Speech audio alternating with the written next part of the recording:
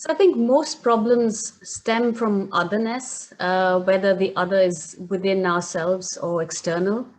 And when it's external, the conflict between communities, countries, the individual and everyone else, everything else.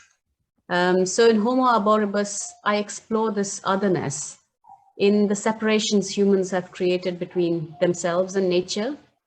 In fact, we are nature, and this distancing and making ourselves separate has brought us to this point of emergency, as well as created a sense of displacement within ourselves, which we then try to allay through material consumption, adding to the problem.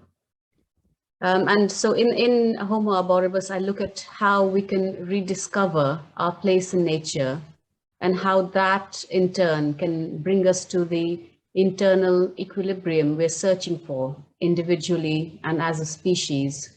So in other words, we are very much a part of nature, and if we can find our way within it, then we'll be happier for it, and everybody will be safer and better for it.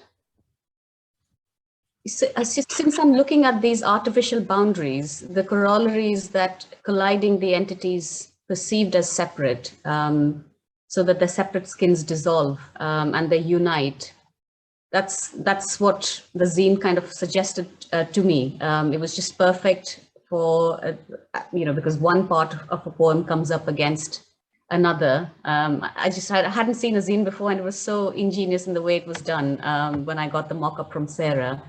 That it was just the perfect thing to have these different bits of different pieces come together, almost like as waves rush to shore and the power of the ocean humbles itself on land, and water and sand mix. So, different things mixing together and something new comes out of that. And then I guess when the waves recede and repeat, they reveal this kind of cosmic play that we're all engaged in.